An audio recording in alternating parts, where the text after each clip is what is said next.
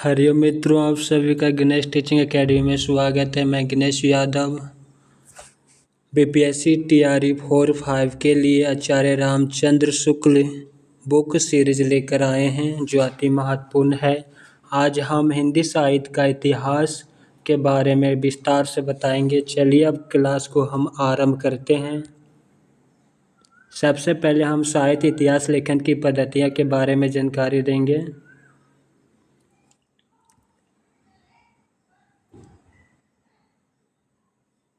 हिंदी साहित्य के इतिहास की दृष्टि से उल्लेख ग्रंथ भक्ति काल से ही मिलने लगते हैं, जैसे गोकुलनाथ कृत 84 वैष्णव की वार्ता, 252 वैष्णव की वार्ता और नाभादास कृत भक्तमाल। किंतु कवियों का विवरण मात्र होने से इन्हें इतिहास ग्रंथ नहीं माना जाता। हिंदी साहित्य के इतिहास लेखन की परंपरा का आरंभ 19वीं सदी में घोषदातासी कृत इस्तेवार द ललित युत्तरे एंदोई ये हिंदुस्तानी से माना जाता है।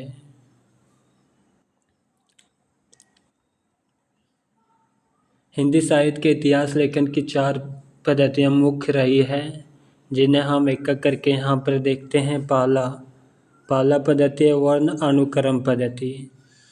इसमें रचनाकारों के विवरण उनके नाम के प्रथम वर्ण के क्रम से दिया जाता है। उदाहरण के लिए तुलसीदास, चिंतामणि और केदारनाथ सिंह का समय भले ही भिन्न भिन्न हो, किंतु उनके क्रम इस प्रकार होंगे: केदारनाथ सिंह, चिंतामणि, तुलसीदास। इसे ऐतिहासिक दृष्टि से असंगत माना जाता है, क्योंकि यह इतिहास लेखन नहीं शब्दकोश लेखन की तरह होती है। घोषदास तासी और शिव सिंह सेंगर ने इसका प्रयोग किया है। दूसरा पद्धति देखेंगे काल अनुक्रमी पद्धति।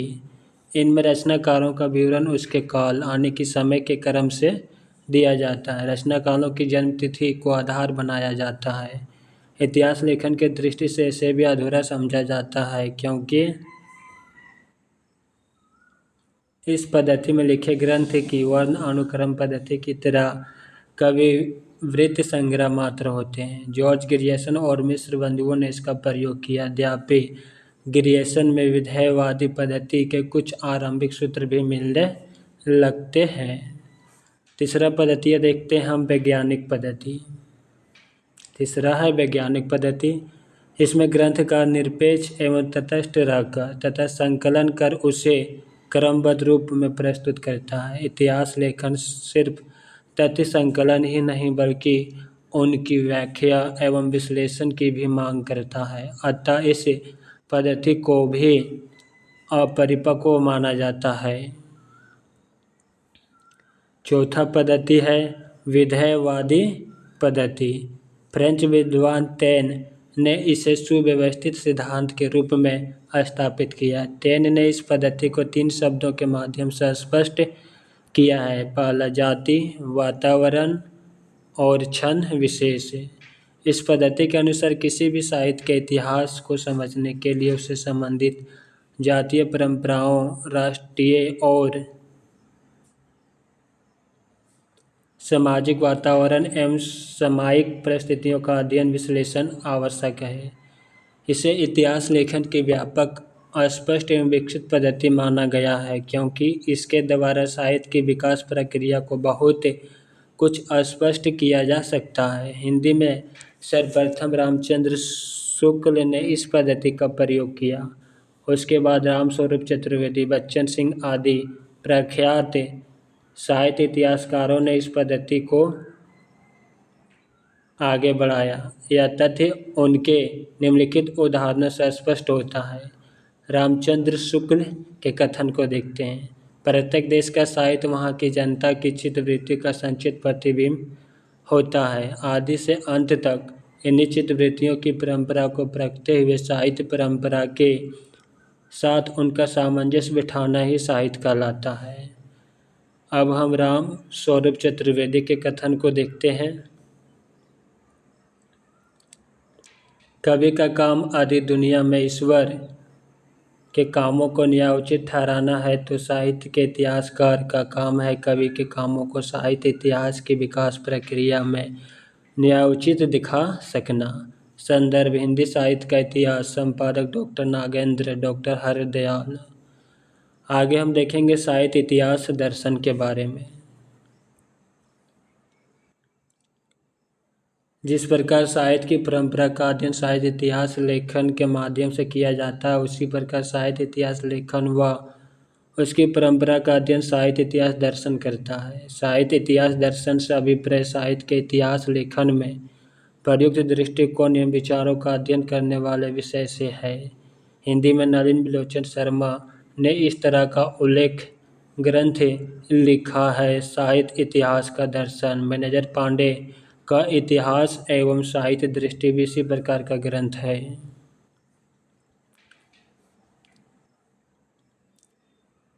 अब हम आचार्य रामचंद्र शुक्ल कृत हिंदी साहित्य इतिहास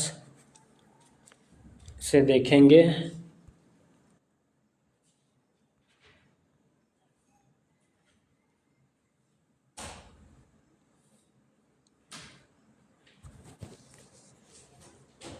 वक्तव्य एवं काल विभाजन। आचार्य शुक्ल ने अपने से पहले लिखे गए साहित्य इतिहास ग्रंथों को कवि वृत्त संग्रह का, शिव सिंह सरोज का ग्रंथ है कवि वृत्त संग्रह, modern vernacular literature of northern Hindustan बड़ा कवि वृत्त संग्रह है। मिश्र बंधु विनोद ग्रंथ प्रकांड कवि वृत्त संग्रह है। नामकरण दो आधार पर किया है। काल विभाजन के भीतर प्राप्त होने वाली विशेष ढंग की रचनाओं की प्रचुरता व उनके स्वरूप के अनुसार ग्रंथों की प्रसिद्धि के आधार पर, क्योंकि प्रसिद्धि भी किसी काल की लोक प्रवृत्ति की प्रतिध्वनि है।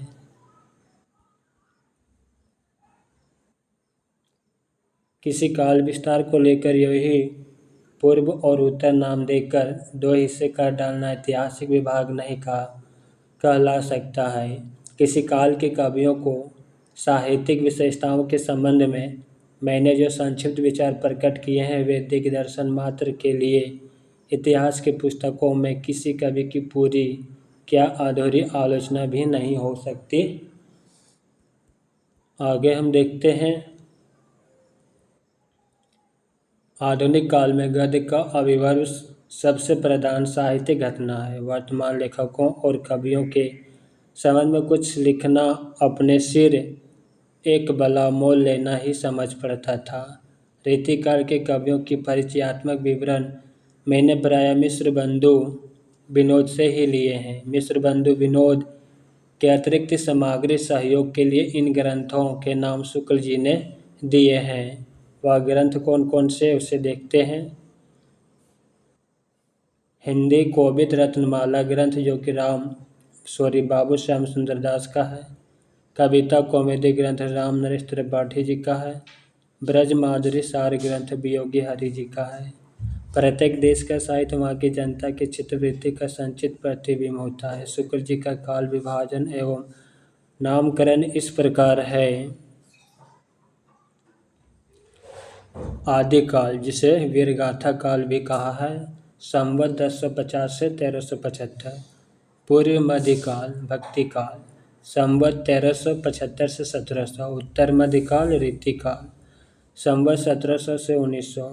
आधुनिक काल गद्यकाल, संवत 1900 से 1984 ईस्वी, संवत 1900 से 1984 विक्रम तक।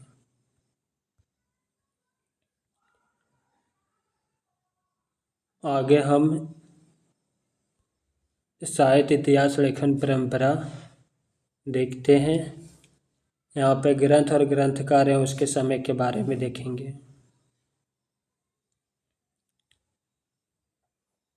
सबसे पहले हम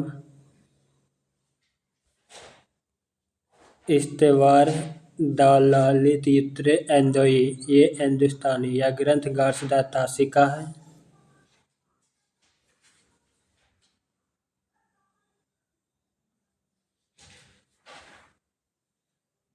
यह दो भागों में है। 1839 ईस्वी प्रथम भाग, 1847 ईस्वी द्वितीय भाग। दूसरा संस्करण 1871 ईस्वी में आया। इसमें 3 खंड कर दिए गए हैं। अब हम इस ग्रंथ का विस्तार के बारे में देखते हैं।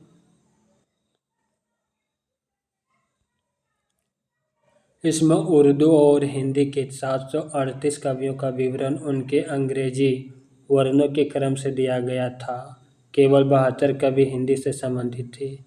यह फ्रेंच भाषा में लिखा गया। एंदोई का अर्थ हिंदवी, हिंदी और हिंदुस्तानी का हिंदुस्तानी उर्दू था। इसे ब्रिटेन और आयरलैंड की प्राच्य साहित्य अनुवादक समिति की ओर से पेरिस में प्रकाशित किया गया था, जिसमें काल विभाजन और नामकरण का कोई प्रयास नहीं किया गया था। डॉक्टर लक्ष्मी सागर वर्णय्य ने इस ग्रंथ को वर्णित हिंदी रचनाकारों संबंधित सामग्री का हिंदी अनुवाद हिंदोई साहित्य का इतिहास शीर्षक से 1952 में प्रकाशित कराया। अब हम दूसरा ग्रंथ देखते हैं, तज़किरा-ए-शुअरा-ए हिंदी। यह ग्रंथ मौलवी करीउद्दीन जी का है, 1848 ईस्वी। अब हम इन ग्रंथों का डिटेल में देखते हैं।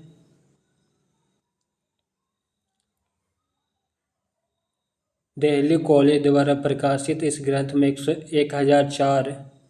1004 कवियों का विवरण दिया गया, जिनमें 62 कवि ही हिंदी से संबंधित है। इस ग्रंथ का महत्व इस बात में है कि इसमें सर्वप्रथम कालक्रम का ध्यान रखा गया, किंतु नामकरण नहीं किया गया है। इसे तबकास सुवारा भी कहा जाता है। भाषा कवि संग्रह ग्रंथ जो महेश दत्त शुक्ल जी का है, 1873 ईस्वी।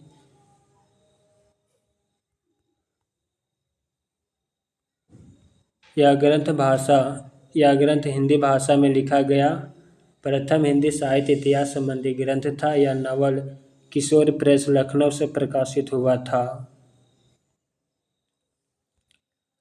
शिव सिंह सेंगर जी का ग्रंथ है। यह 1883 में नवल किशोर प्रेस लखनऊ से प्रकाशित है। इस ग्रंथ के बारे में यहाँ पर देखते हैं। इस ग्रंथ में सर्वप्रथम 1000 से ज़्यादा अर्थात 1003 भाषा कवियों का विवरण दिया गया। इसी से यह बाद के इतिहासकारों के लिए आधार भी रहा। इसके पूर्वार्ध में 838 कवियों की रचनाओं के नमूने तथा उत्तरार्ध में 1003 कवियों का जीवन परिचय दिया गया है। इसमें वर्ण अनुक्रम पद्धति का प्रयोग किया गया, काल विभाजन एवं नामकरण का प्रयास नहीं किया गया है।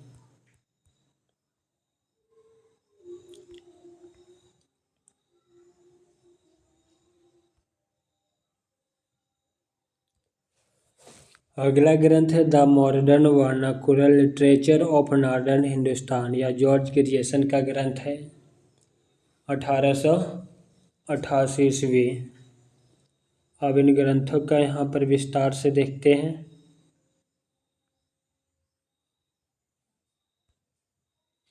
इस ग्रंथ का प्रकाशन एशियाटिक सोसाइटी ऑफ बंगाल की पत्रिका के विशेषांग के रूप में हुआ था। बहुत से विद्वानों ने इसे सही अर्थों में हिंदी साहित्य का पहला इतिहास ग्रंथ माना। इसमें सर्वप्रथम हिंदी साहित्य का भाषा की दृष्टि से क्षेत्र निर्धारित करते हुए हिंदी के इतिहास को संस्कृत, पाली, प्राकृत एवं अरबी फारसी मिश्रित उर्दू से पृथक किया गया था।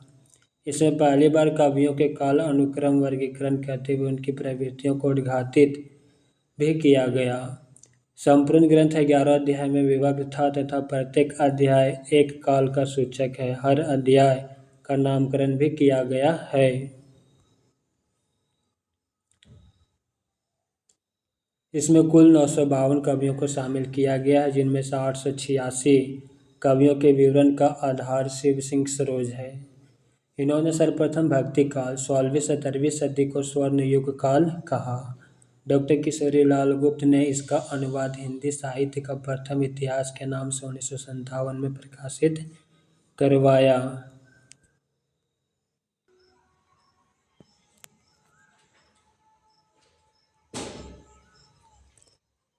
अगला ग्रंथ देखते हैं, मिस्र मिस्र बंधु विनोद ग्रंथ, जो कि मिस्र बंधु का है। प्रथम 3 भाग 1913 और चौथा भाग 1934 ईस्वी में प्रकाशित हुआ। अब इन ग्रंथों का हम डिटेल से देखते हैं।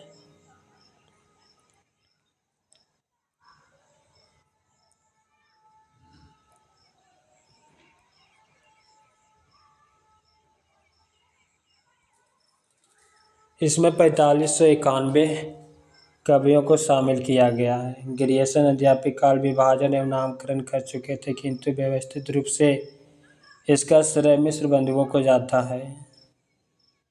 इसमें संपूर्ण इतिहास के 5 कालों में विभाजित किया गया। मिस्र बंधु 3 भाई थे, गणेश बिहारी मिस्र, श्याम बिहारी मिस्र और सुखदेव बिहारी मिस्र। अगला ग्रंथ है हिंदी साहित्य का इतिहास, रामचंद्र शुक्ल जी का है, या 1929 ईस्वी में प्रकाशित हुआ। अब इस ग्रंथ का हम यहाँ पर विस्तार से देखते हैं। यह ग्रंथ मूलतः नागरिक पंचानी सभा में प्रकाशित हिंदी शब्द सागर की भूमिका के रूप में लिखा गया था। इस भूमिका को हिंदी साहित्य का विकास नाम दिया गया था। यह हिंदी का सर्वाधिक प्रख्यात इतिहास ग्रंथ है। इसमें रचनाकारों की इतिवृत्ति की बजाय उनके रचनात्मक वैशिष्ट्य पर अधिक बल दिया गया। विधेयवादी पद्धति का प्रयोग करते हुए तत्कालीन युगीन परिस्थितियों के संदर्भ में हिंदी साहित्य के इतिहास को विश्लेषण किया गया। ब्रज साहित्य को इतिहास के अलगाते हुए पूर्व पीठिका के रूप में वर्णित किया गया। संपूर्ण इतिहास का इतना तार्किक एवं सुव्यवस्थित काल विभाजन किया कि परवर्ती इतिहास ग्रंथों में प्रायः उसका ही प्रयोग किया गया। अगला ग्रंथ है हिंदी साहित्य का आलोचनात्मक इतिहास, यह राम कुमार वर्मा का है, 1938 ईस्वी में इसका प्रकाशन हुआ। अब इस ग्रंथ का विस्तार से देखते हैं। छायावादी कवि राम कुमार वर्मा द्वारा रचित इस इतिहास ग्रंथ में उनकी काव्यात्मक भाषा ने पाठकों को आकर्षित किया था। अपनी विस्तृत सामग्री, उसकी आकर्षक प्रस्तुति एवं भाषा के कारण यह ग्रंथ प्रभाव छोड़ने में सफल रहा। इसमें सिर्फ आदिकाल और भक्तिकाल 693 से 1693 ईस्वी तक की अवधि को ही स्थान मिला, आगे का भाग वे नहीं लिख पाए। निर्गुण ज्ञान आश्रयी शाखा को संत कवि तथा निर्गुण प्रेम आश्रयी शाखा को सूफी कवि नाम दिया। इसमें अपभ्रंश साहित्य को बड़े हिस्से को भी शामिल कर संधिकाल शीर्षक के अंतर्गत प्रस्तुत किया गया था। वर्मा जी ने इसी से आदिकाल को संधिकाल एवं चरणकाल कहा था।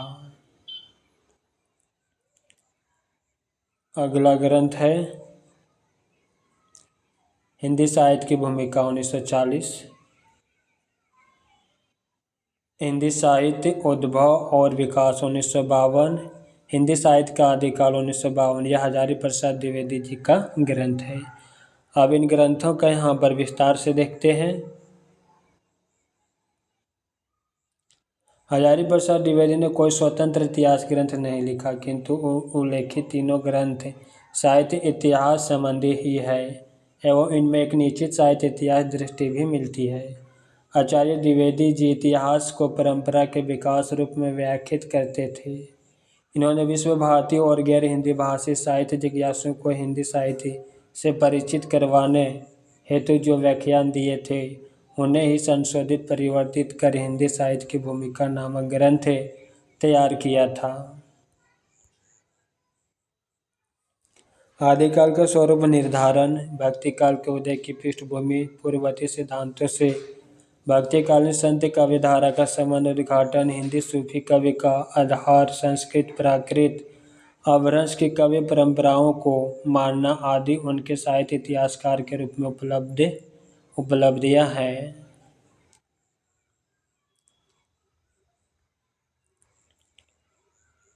अगला ग्रंथ है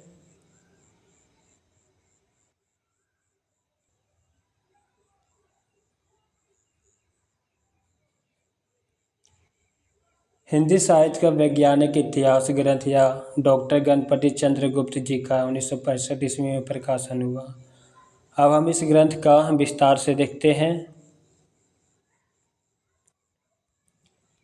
आचार्य शुक्ल द्वारा प्रतिपादित ढांचे में आमूलचूल परिवर्तन करने का एक सार्थक प्रयास इस ग्रंथ के माध्यम से किया गया। संपूर्ण इतिहास को 3 कालों में विभक्त किया गया: प्रारंभिक काल, मध्यकाल और आधुनिक काल।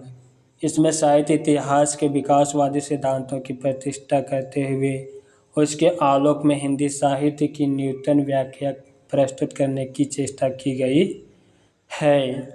अगला ग्रंथ है हिंदी साहित्य का इतिहास। संपादक डॉक्टर नागेंद्र एवं डॉक्टर हरदयाल, 1973 ईस्वी में प्रकाशन हुआ। इस ग्रंथ का विस्तार से देखते हैं। डॉक्टर नागेंद्र के संपादन में 26 विद्वानों के सहयोग से यह विशाल ग्रंथ रचा गया था। इतने विद्वानों के कारण एक ऐतिहासिक पृष्ठ संपूर्ण ग्रंथ के अधोपांत नहीं हो पाई, किंतु फिर भी प्रत्येक काल एवं उससे जुड़े रचनाकारों पर सरल भाषा में अपेक्षाकृत अधिक प्रामाणिक व व्यवस्थित सामग्री के कारण यह विद्यार्थियों की विशेष रूप में प्रचलित है। अगला ग्रंथ है हिंदी साहित्य और संवेदना का विकास। रामस्वरूप चतुर्वेदी का है, 1986 ईस्वी में। साहित्य इतिहास लेखन के लिए व्यास सम्मान सहित इकाई पुरस्कार प्राप्त करने वाला यह ग्रंथ अपनी लोकप्रियता एवं आकर्षण में अद्वितीय है। अलबत्ता स्वरूप चतुर्वेदी मूलतः आचार्य शुक्ल की दृष्टि से प्रभावित है, किंतु फिर भी उन्होंने शुक्ल जी की योगिन दृष्टिकोण और द्विवेदी जी की परंपरावादी दृष्टिकोण में परस्पर संबंध बताते हुए लिखता है। शुक्ल जी बहुत सी स्थापनाओं को स्थापित करने का प्रयास से भी उनकी मौलिकता क्षरित नहीं होती। शुक्ल जी की परंपरा को गंभीरता से पुनर्परिभाषित किया है। भाषा और साहित्य के गहरे संबंध की खोज उनकी प्रमुख विशेषता है। भाषिक प्रवृत्ति की गहरी समीक्षा से साहित्य परंपराओं के संदर्भ में व्याख्यायित किए हैं। मित्रों, आज की क्लास यहीं पे समाप्त करते हैं। क्लास कैसा लगा कमेंट में अवश्य लिखिएगा, साथ ही अपने मित्रों को शेयर अवश्य कीजिएगा। हरि ओम।